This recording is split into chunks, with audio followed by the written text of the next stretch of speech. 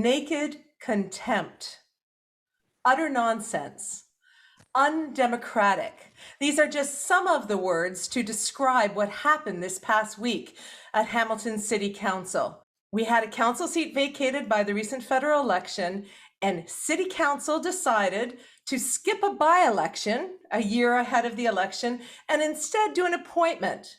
And if that wasn't injurious enough to our democracy, they had to add insult to the injury. They actually told CBC Hamilton, the job's really hard, and the rest of us don't really understand that. It's executive level stuff, apparently.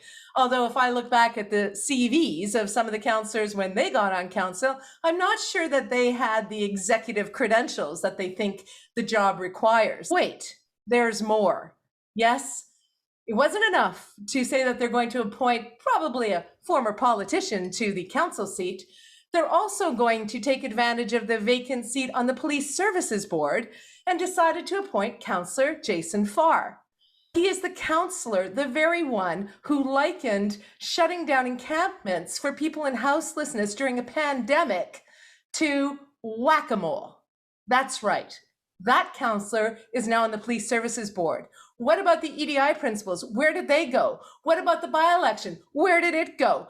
How do we get any kind of transparency from our civic government in the city of Hamilton?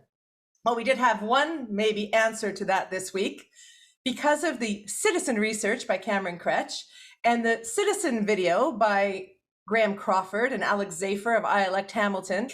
That video and the media that they did on CHML and here on the OShow might have been what prompted the mayor to go on CHML and admit, yes, he said it admittedly, that council before the last election and after the last election decided to take legal advice and conceal the extent of the mixed sewage leak of Sewergate. Now we know, Hamilton, what are we going to do about it at the next election? And what can we do to get some kind of justice and equity and diversity and real accountability on our Hamilton City Council? I couldn't have better guests this week to discuss this than the two guests who are joining the OShow and podcast right now. Joey Coleman, citizen journalist extraordinaire. Also, of course, Kojo Damptey. He is with Hamilton Center for Civic Inclusion. Welcome to the OShow. Let me start with you, Kojo Damptey. When you saw that council decided to appoint Councillor Jason Farr to the Police Services Board this week, what did that mean for you from your view and from the view, if you can speak to it, of your organization when it comes to inclusivity? I thought it was a quote unquote example of how our city of Hamilton does not understand equity, diversity, inclusion, anti-oppression, anti-racism. Why do I say that? So you have a vacant seat where all councillors are qualified to be on the board. The history of the police board has had predominantly white males represent the city on the board. And so if you have a former councillor, Councillor Chad Collins, leave and vacate that position, I think the thing to do to apply equity, diversity, and inclusion is to say, hey, look, out of the 15 or so councillors at the table, including the mayor, there are women on city council. There's also a racialized woman on council. Maybe we should decide which of those women would want to take that seat. But then it's given again to white councillors. So I think that explains how the city lacks an understanding of equity, diversity, and inclusion. And the last thing I'll say is when the consultants, Ernst and Young, came to give the presentation to them, the consultant said the city of Hamilton staff, which I would say including council, do not understand how to implement equity, diversity, and inclusion in policy decisions. And we saw that. Do you think it's just they don't understand how to do it, or do you think they don't really make it a priority to do it? I think it's both.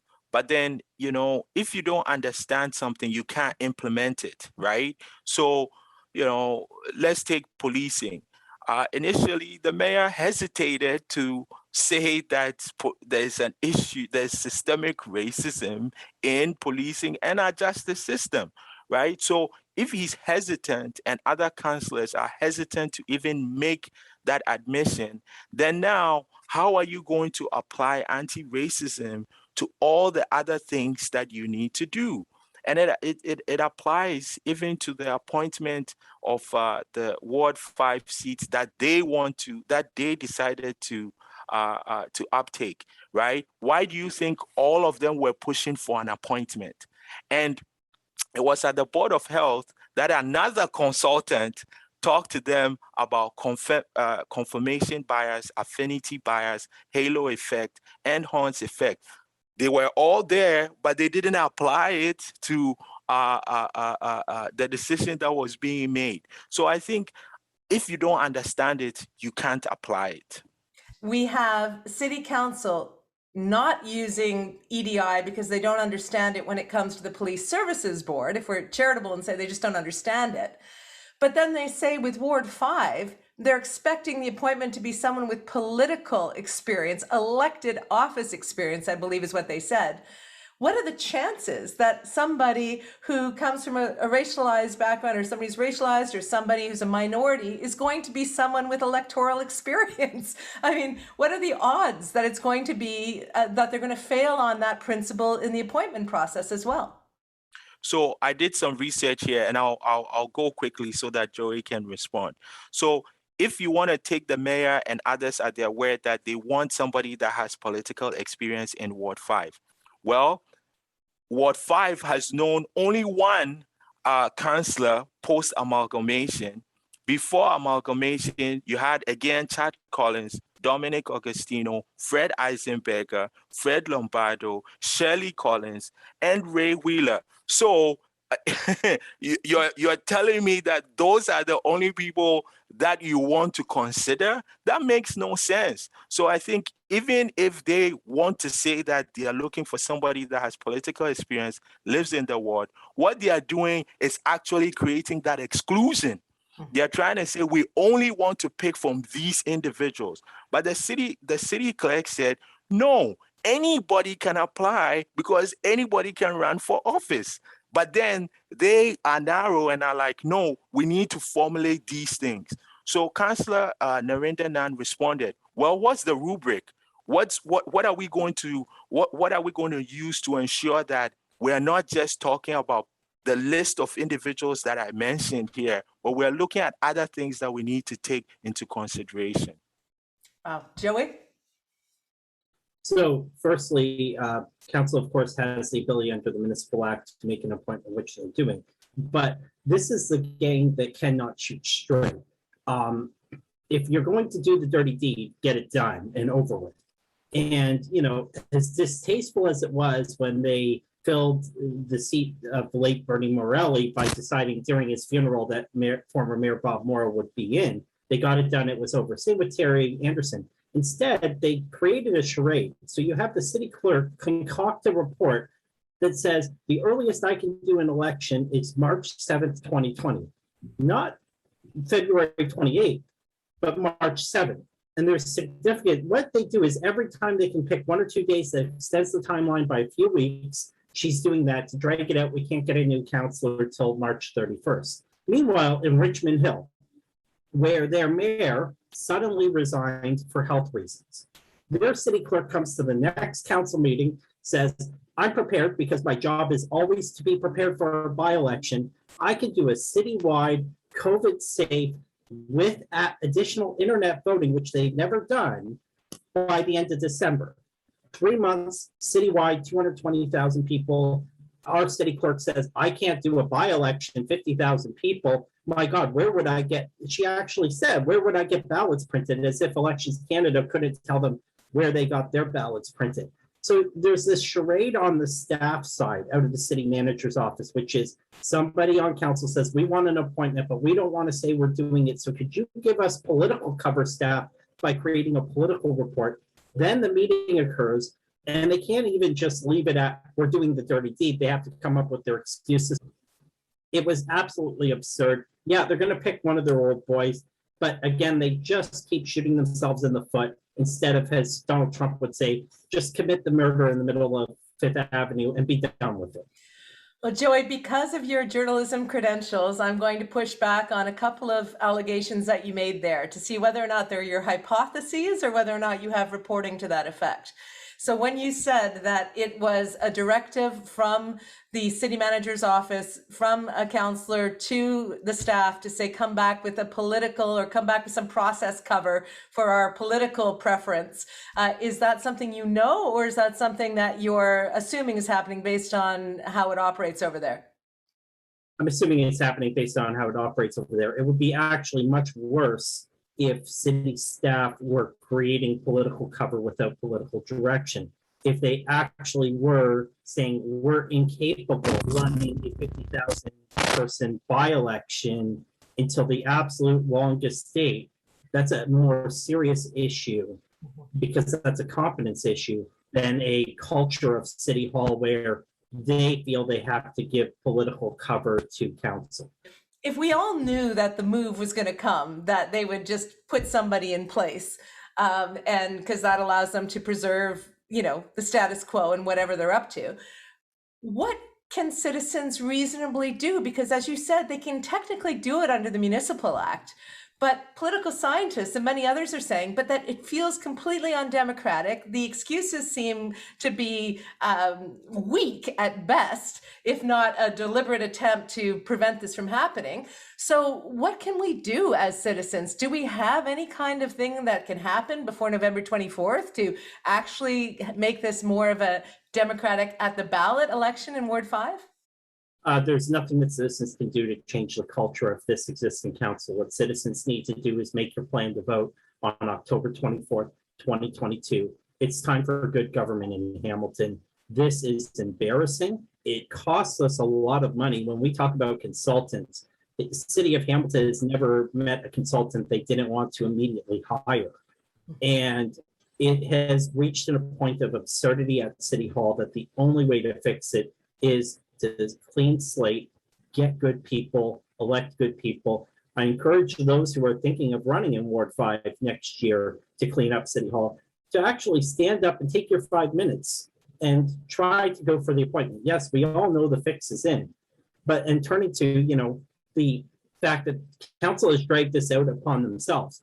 Anybody who applies to be the councillor gets 5 minutes. So we know there will be candidates who are much more qualified and better than whichever golf buddy council decides to appoint amongst their former politicians' golf team. But also you will have the opportunity, and I've seen this in other places, where people mock the council using parody. Parody is the best political means of political accountability when you have an administration that you cannot fix any other way. So, I could see somebody go up and, deliver a line like, hey, look, I believe Red Hill should be an open sewer just like you guys believe Cooch should be, and to deliver their culture to them in a comedic way that hits home that this City Hall it's become corrupted to its foundations, and we need to fix it. I'm not going to lie. When I saw that they had created a process of 5-minute public engagement, I thought to myself, not just candidates for Ward 5 or for this process, but if council's going to play this game, Hamiltonians can use that platform to get out all kinds of messages about the next election. I mean, how are they going to prevent them from doing that? And as I mentioned off the top of the show, we found this week by using the OShow and CHML and video and everybody amplifying the video out of iElect and Cameron's research that we could actually get an admission, that we could actually push for some kind of transparency. So let me go to you, Kojo, because as Joey said, this feels like a dirty deed, but they're not dirt cheap, these dirty deeds in the Hamilton Council. In the spirit of ACDC, they cost us a ton in terms of lawsuits and consultants and God knows what else. So what do you think we should do? Should we get into these kind of grassroots tactics, speak up, as I know you're so good at doing. What do you think Hamiltonians should do to try to get some sort of transparency or sea change around council? I mean, I think the posting is up. People can find it on the city's website. I think it'll be in the Hamilton Spectator and other places. HCCI will share that information. I will encourage any and everyone to apply. I think Joey talked about it. As many people that can apply should apply, because it is also the right for anyone to run for office, and they don't even have to live in Ward 5. It can be anybody, because again, in the Municipal Act, it doesn't say anywhere that you need to live in a particular ward for you to run in that particular ward. So I think residents of Hamilton, if you are interested, please put in an application, send your CV, talk about all the things that you bring to the table, and that's what we can do. If they get 200, 300, 500 applications, it's fine, because it's your right, and it's you need to be represented by someone that understands what's going on, that is also going to provide that accountability, transparency, and engagement, necessary engagement that is needed. I want to speak to, I think, what is a darker, chilling narrative in this. And that is, you know, maybe they want someone with political experience. Maybe they're going to limit it to people with Ward 5 experience. That's probably going to preclude a lot of people in terms of inclusion, in terms of equity and diversity. But they went further than that to say that basically the job is too hard for, you know, your regular citizen. If you're not an executive, kind of don't bother. And it reminded me of the tweet that you got after council used the integrity commissioner's authority to go after a citizen. And you got a tweet that said, you know, essentially, I'm paraphrasing here, watch out, Kojo, let's see whether or not this new power applies to you. That was a chill that actually helped your organization fundraise. But do you see this as another way of them trying to say, we're entitled to our power, we are going to preserve our power, and we are shamelessly going to try to intimidate others from seeking that power? Yes, we tell youth that come to HCCI. Politics is also about power to determine certain decisions that are made for the benefit of residents, right? So now we have a council duly elected. That's the process of democracy, and we get to live with their decisions. However, when you notice that and you see that, now it's incumbent on residents to figure out what type of leadership they want to see and what type of governing they want to see. So I think it's an opportunity for people to be engaged and to understand the impacts of the municipality. We have a discussion about urban sprawl. We just heard there was more leakage into the Hamilton Harbor. We have a climate crisis. We're recovering from COVID. COVID numbers are increasing in schools. Like, these are huge implications. So if we have a government that is wasting time on cover-ups and not understanding equity, diversity, and inclusion, then we are letting down people, and people need good governance, one that's accountable, transparent. I can think of some residents that I would love to have go out for that seat, who bring to the table so much of what Kojo just described is necessary. And I don't think that everybody, maybe our audience does because they're tuning into the OShow, but I don't think that everybody understands that it's municipal government that has the most direct impact on your lives. We get all caught up in federal and provincial governments. They do have a lot of money that they, you know, push up or push down on big projects, but municipally, they have so much power over our lives. And so, Joey, do you think that there is an opportunity to raise awareness either through this process or over the coming months about the power that these elected councillors and the mayor truly have? You have political processes that have been corrupted to serve the interests of 16 members of council.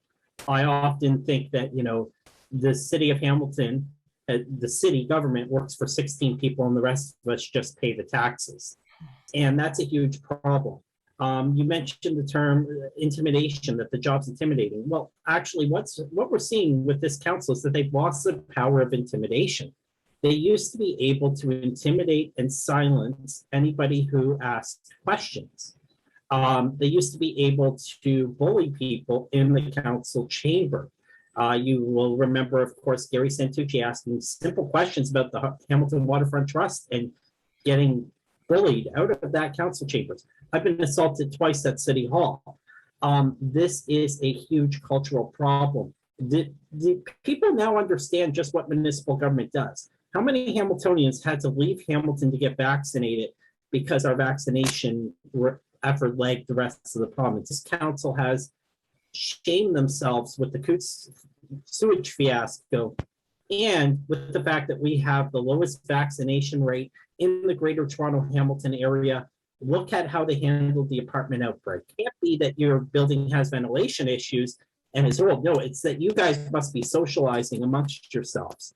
And well, the experts came in and said, no, actually, it's an air ventilation issue, council. And so people have realized that now the goal is to help people prepare to make a good, informed decision on October 24th, 2022. So that's got to be where the focus is, where the energy is. The sideshow of City Hall needs to continue to be watched so that they don't make deals that are costly that we have to pay for the next couple of decades.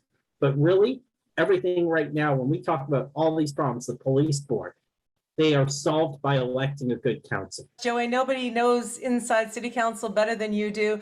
And Kojo, you are such a powerful voice on issues of inclusivity and race and equity and justice. And both of you gentlemen put your feet where your mouth is. You do this stuff every day. You are the voices that Hamiltonians trust on the issues that they care about. It's an honor to have you here on the OShow, and I hope to have you back again.